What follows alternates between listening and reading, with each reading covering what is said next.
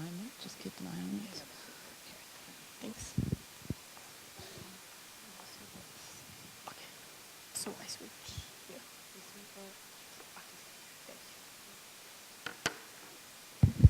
Hello, everyone. As Sarah said, I'm Andjela. I'm coming from Belgrade. As some of you may know, the city, these couple of days, it's flooded pretty much. I was in a fear that I'm not going to be able to come here because Belgrade is all in water. Some flights were canceled. But thank you very much for organizers for inviting me to share my experience of reporting on organized crime and corruption, as you see on this info slide. Oh, sorry. So if you have any questions during my presentations or you think that I haven't explained something enough, please just raise your hand or interrupt me. I will be happy to answer everything that I am planning to talk about during this presentation. So basically, I will explain to you what is it that I'm doing in my job, why do we, basically in my job, Center for Investigative Reporting, think it's really important to report on organized crime and corruption, and how do we do it. And when I start this presentation, I first want to represent my small but really proud of team of people that I'm working with. These are the people from Center for Investigative Reporting. All of us are from Faculty of Political Sciences, ex-students, and we came together with this big idea that today in Serbia we have this problem of not objective and not thorough enough journalism. And we wanted to start working on some really crazy, dangerous, and maybe sometimes important topics. And Center for Investigative Journalism is that. It's an organization that writes a really big and sometimes hard to read articles, but articles that are based on facts and based on evidence. So this is our crew. And this is one part of our website that I wanted to show you because you can see here some of the really important topics that we covered.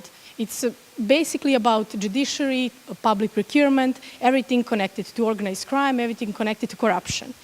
And I want to explain to you how this corruption and organized crime are connected and how well they are doing opposing to institutions who have a really bad time and bad, how to say, organizational skills, and how organized crime and corruption are so good organized that they often go ahead 10 or 15 years in front of, for example, police offices or institutions in Serbia. As you know, or some of you know, Serbia is ex-Yugoslavia countries.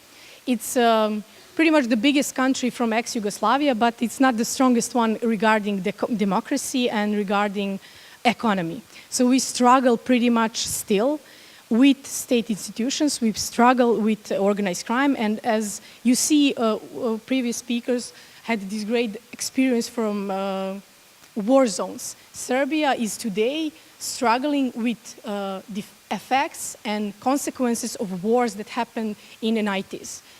Some of you may know Serbia was in civil war, Yugoslavia torn apart because of civil war, and these consequences that I'm going to talk about are basically the thing that we are left with after the war was done.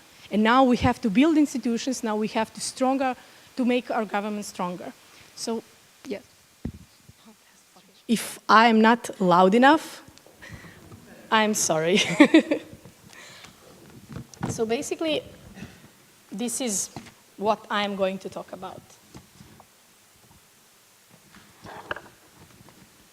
Privatization in Serbia. Why privatization? Well, basically, Serbia as an ex-communist country was left with these big ideas of state ownership. And our officials had this opportunity to make it better. And they wanted to create these big privatization businesses. And they wanted to bring new money to Serbia. They wanted to privatize companies. And this is what we are left today. These workers is something that we in Serbia have been watching every single year from 2000 till today, like this. Workers on the street saying privatization process is horrible. We are losing jobs. your investors are not investing in our companies, companies are declining. So this is something that a lot of journalism, newsrooms were talking about, of course. When you see protests, you report on it. But what we do is going beyond that. What we do, and in our stories, we explain how these people are misusing the process. And I will show you in an example of one factory why this process is so misused and how far does it go. This machine is a machine in one really big company in Serbia, and inside this machine, you cannot see it well, but it's our ex-president, Boris Tadić. He was the president from 2004 till 2012, and he was like a democratic president, and this is his way of showing support in privatization process. But the problem is that this factory, you see the sign, it says Zmaj, it means dragon in Serbian. This dragon company, as it calls itself, was doomed totally because of privatization process. And not because privatization as itself is problematic. It's because Serbia was so corrupt and so into low businesses that everything was, I don't know, put down. So this factory was privatized in 2006. It was privatized by a group of companies, and I will show you who they are. And it is really an interesting company, as should I say. As you see here, you have a couple of guys. One of them, Goran Novaković, is our ex-minister. So 10 years after he was minister, he comes and buys a company. With him, we have Bogdan Rodić. He's a really big investor in Serbia, businessman. Okay, so they are fine. They are not problematic. But we have two other people, Zoran Ćopić and Anton Stanaj. We have people who we do not know who they are. Privatization agency, in this point, when they sold this company, doesn't know who they are, who Zoran Ćopić and Anton Stanaj are. So they sell one of the biggest infrastructural companies in Serbia to those guys. Never check where the money comes from, never check anything. 1 year after this factory was sold, they stopped producing everything. Everything was dead, nothing went on. So why did this happen? This guy, we tried to figure what happened. So when we do these stories, we send public information requests. So we send to our privatization agency to ask, what is going on? Why is this factory going down? They said, well, they are doing some investments, we give them time, blah, blah, blah, blah, but nothing was happening. Workers on the street. So we are now trying to investigate who these persons are. And one of the most interesting persons in this scheme, you see, is this bald guy, Zoran Ćopić. So who is this? We do not know who is he and why is he so into these businesses. The only thing that we know that in a time that he bought this company, he was already charged with cigarette smuggling. So privatization agency sold one of the biggest companies in Serbia to a guy who was smuggling cigarettes. Why? We are trying to see now what is this person doing. And through thorough investigation, we found out that this guy bought 17 companies in Serbia in 3 years. 17 companies in privatization. Basically, he was buying one factory in 2 months. One factory. So we were like, how can this be that this guy has so much money that he can buy all these companies and so on? So this is the answer. He is the man in the middle, and this is why we called him the man in the middle. He is the man in the middle because he is the man who was basically a network of people connecting businesses and organized crime. And in this scheme, you are seeing one part of his empire. And the most important part of his empire, and this is where corruption goes to organized crime, is this guy in here, the last one. He is Darko Šarić. I don't know, you probably don't follow organized crime as much as I do, but he is really well known in Serbia. He was arrested in March. He, as we found out, is one of the biggest cocaine smugglers in Serbia. So why is now privatization in Serbia connected through Zoran Ćopić to Darko Šarić? It doesn't have any sense. Why would somebody who is dealing cocaine has anything to do with privatization? I will explain to you why. Basically, Darko Šarić is totally unknown person in Serbia until 2009. In 2009, we found out that he is some kind of Balkan kingpin, Balkan drug lord, coming from nowhere, from small town in Montenegro in Pljevlje. How? 2 tons of cocaine were seized in Uruguay. All of them were Montenegrins and Serbians. So we now see that this guy is basically connected to this big scheme of organized crime. But why is he important to privatization in Serbia? This is the answer. Another scheme. So you see here Darko Šarić and his really big friend, Rodoljub Radulović. He is connected to organized crime in Serbia in such a way that we see that this guy was buying buildings in Serbia. He was dealing with banana transport. He had casinos, hotels. He was playing tennis. He was a really well-known person. But what the problem was, it's these guys and Darko Šarić were laundering money. How? Through the man in the middle. And the man in the middle was Zoran Ćopić. So Zoran Ćopić was buying companies in Serbia with money of Darko Šarić, laundering dirty money from cocaine through privatization in Serbia. 17 companies were used to launder the money, never used to do what they do, basically, in privatization. So they should be, I don't know, relived, they should be, I don't know, producing something that they should be doing, but no. 17 companies and thousands of workers were misused because drug lords were putting their dirty money through privatization in Serbia, and Serbian institutions never did anything to stop it. 10 years this was happening. And why is that? We go back to the corruption thing. This is our ex-prime minister. He was basically prime minister for 4 years. Ivica Dačić. He is now our Minister for Foreign Affairs. Basically, when I told you about the guy, Rodoljub Radulović, our Prime Minister is a friend with Rodoljub Radulović. And this conference is the time when he said, well, I know Rodoljub Radulović, I am friends with him, I call him Misha, that is his nickname, but I never knew that he is dealing with cocaine. So I don't know if something like that could happen here in Belgium, for example, that your prime minister comes and says, well, yes, I am a friend with some people from organized crime, but I don't know what they do. In this certain point, our prime minister was, in the same time, Minister of Interior. So whole police enforcement is under his wing. He is in the head of the police, and he does not know who the Rodoljub Radulović is, and why is he associating with him. Next thing that we have, this is a building where our prime minister's party's headquarters are, Socialist Party of Serbia. Next to this building, you see black curtains, and you see it says Vanilla. It's a club in Belgrade. But what's the point with this club?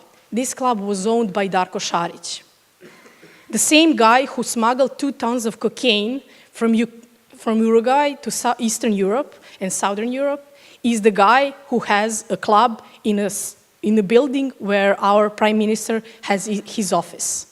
And our prime minister says he doesn't know anything, he is not informed, he is a minister of police, but he does not know anything. Next thing, his advisor, chief advisor in his office, also was caught in tapes that he was in lunches with this Rodoljub Radulović in the middle of Balkan warrior action when 2 tons of cocaine were seized.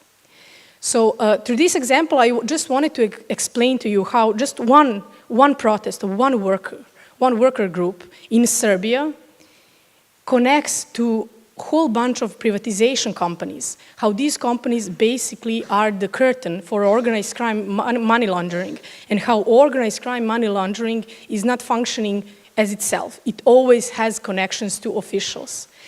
And what I wanted to say at the end, because my time I think is up, how do we do this? I want to encourage you to do this in your own country. I know that Belgium is definitely a much better country and much more organized, and I don't think that this would be possible here, that Prime Minister is associated with organized crime. At least he would be maybe questioned in police. That's something that doesn't even happen in Serbia. But I want to encourage you to always look across border, because these kind of people are really smart. They are not stupid. Organized crime and high-profile organized crime is always cross-border. And these stories that we did would never be possible if we never cooperated with our friends, journalists, from across the globe. So when we see some offshore companies laundering money, we want to have this help from journalists across Europe and across the country. So when you think about organized crime, you should always go beyond border, because especially in Serbia, as you know, the conflict area, you have this border between Serbia and Bosnia, and it's a river, basically. This river is basically a shadow or a curtain for criminals to cross border and to cooperate. During whole criminal history of Serbia, we saw that criminals do not have problems with ethnicity, and during wars in Balkans, criminals were cooperating. While people from Serbia, from Bosnia, from Croatia were fighting each other, criminals used so well that situation to go further and to spread their networks. So this is basically my idea, just to show you that you can use all these tools. For example, this freedom of information requests in Serbia, it's a base of our work. Every single time we want to work, court documents, we always send requests to read indictment, to read verdicts. Business archives. Every single country in this world functions in the same way. So you in Belgium also have a business archive where you can see and enter, for example, my company. If I had a company in Belgium, you enter my name, you will see how I am connected to that company. And also two basically really important things: investigative dashboard and following the money. Investigative dashboard is really an international project. You should go to that website and you will see how it can help you through investigative journalism. And following the money is basically a hand tool that you can use when you want to follow the money across borders. Because shell companies, offshore companies, it's really, really smart business. And you should really have this idea that sometimes they are ahead of us, and journalists can cooperate much faster than law enforcement, because I can send an email to my friend in, for example, Argentina, and ask him, do you know this person?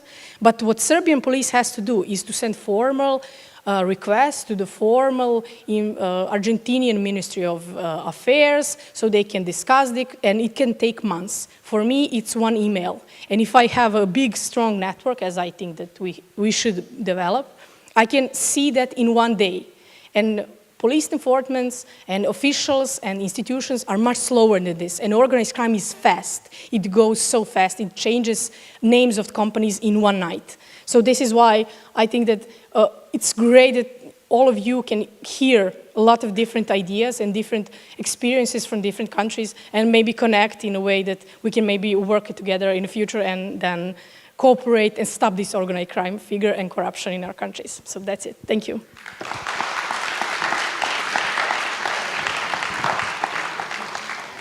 Thank you, Andjela. We still have time for a question or two. Are there any for Andjela? Okay.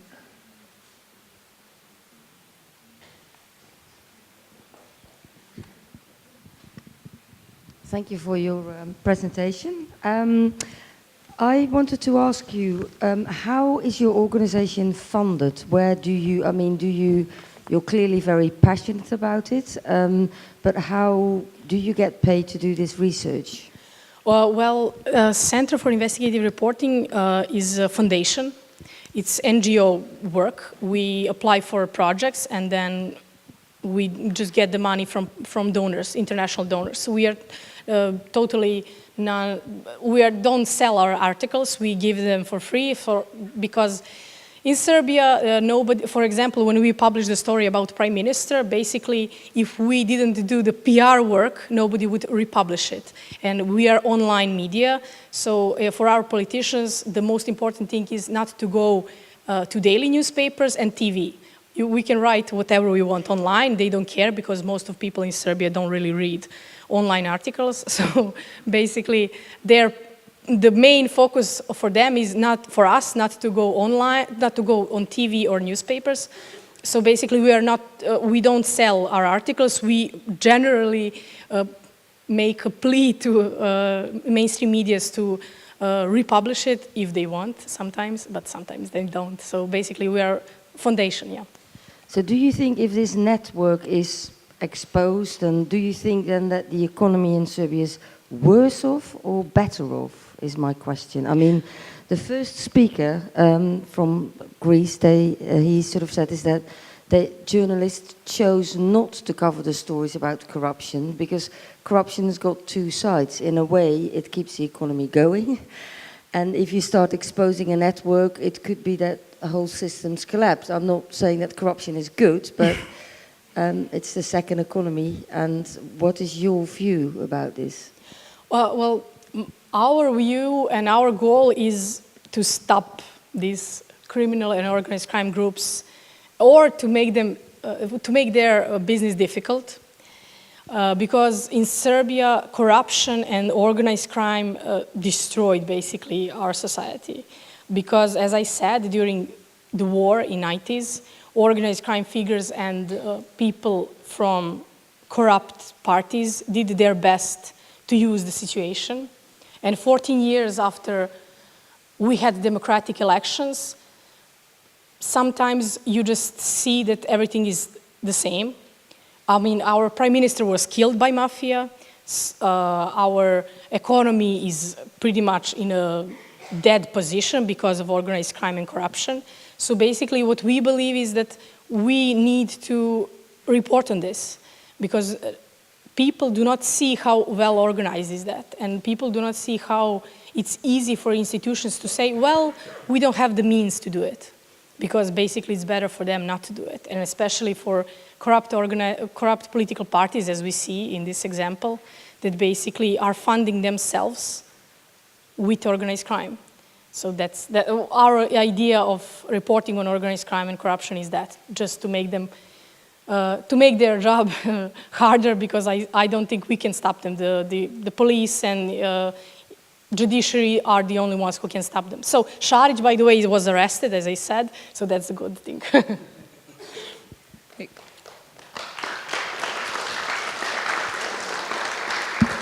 We still have one more or two more questions. Yeah. Quickly. Okay.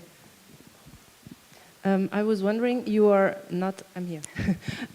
You are not in the fire line, obviously, so you are not in great dangers, dodging bullets.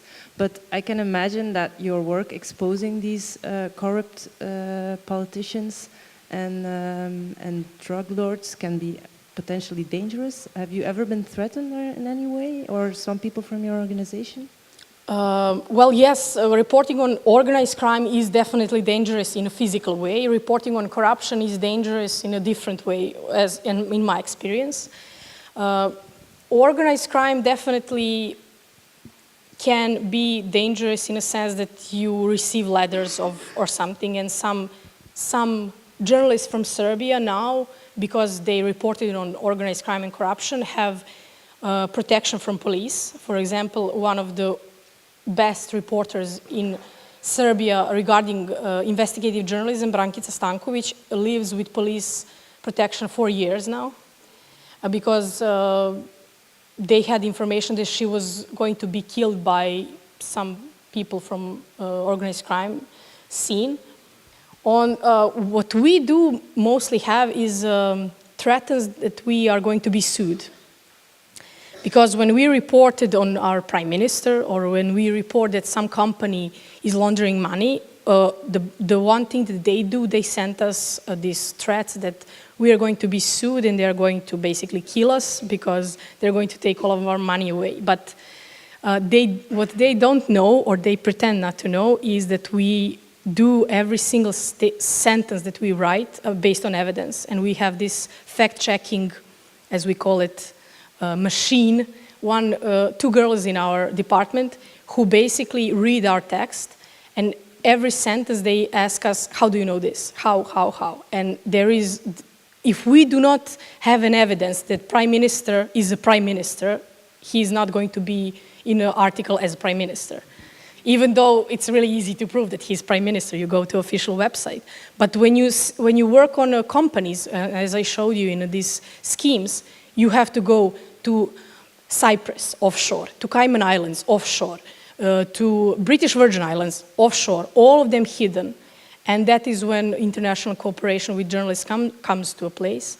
So every single sentence that we write is covered by evidence, and we publish them. Every single document that we gathered through our investigation are on our website. So when I say that Zoran Ćopić smuggled cigarettes, I have an indictment and a verdict that says that he smuggled cigarettes.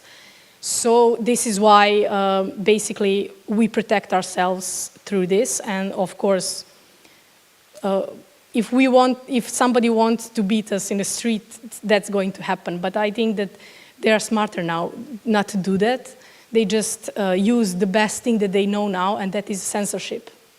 They just don't allow our articles to go mainstream. And that is the best weapon that they have until now. So this is the biggest thing that we have to fight now, to get mainstream medias to report or to just mention something that investigative journalists do, because they don't want to give us space for like 10-word pages. They don't have that space in the daily newspapers.